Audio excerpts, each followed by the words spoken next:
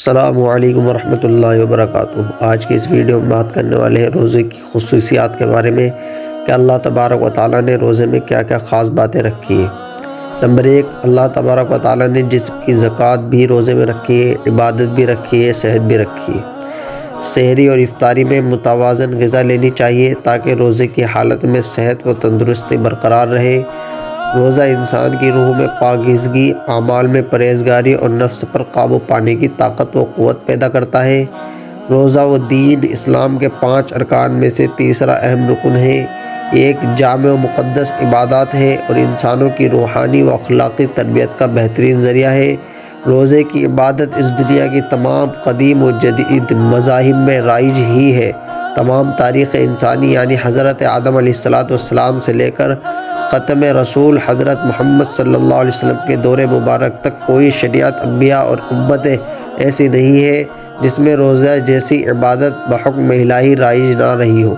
حضرت آدم علیہ السلام سے لے کر حضرت نوح علیہ السلام تک ہر قمری مہینے کی 13، 14 اور 15 تاریخ یعنی ہر ماہ 3 روزے فرض تھے۔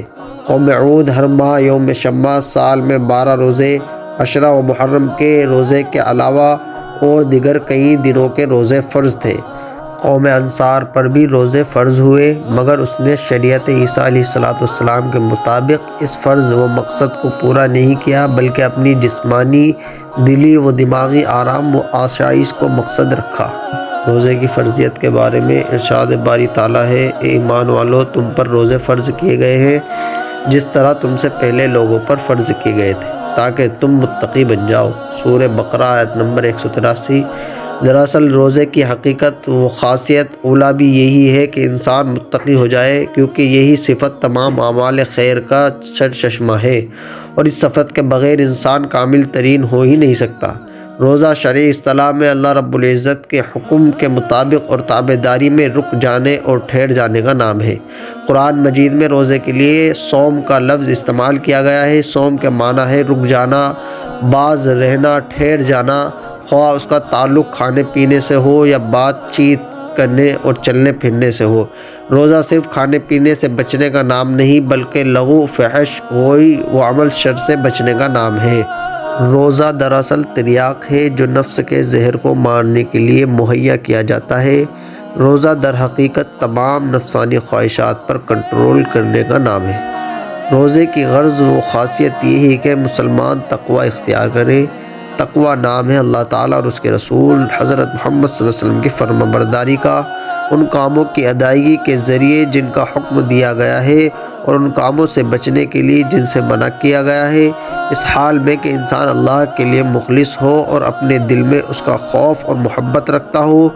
یہی ایک ذریعہ ہے جس سے بندہ اللہ کے غصے اور عذاب سے نجات پاتا ہے۔